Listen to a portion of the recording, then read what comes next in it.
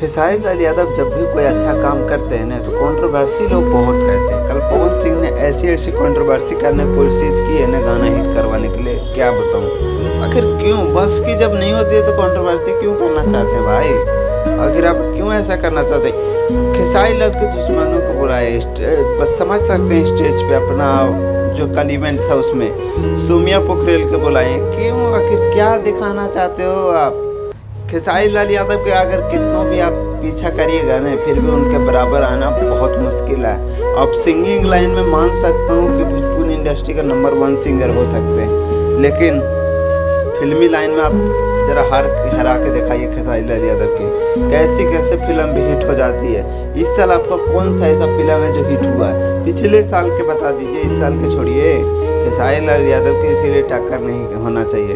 तो ज़्यादा कुछ नहीं बोलता हूँ दोस्तों, इंस्टाग्राम पे लिंक दिया हूँ, जाइए आप लोग फॉलो कीजिए, वहाँ से मुझसे बात कीजिए। सो ज़्यादा कुछ नहीं बोलता हूँ। ओके बाय, मिलता हूँ नेक्स्ट वीडियो में। Love you.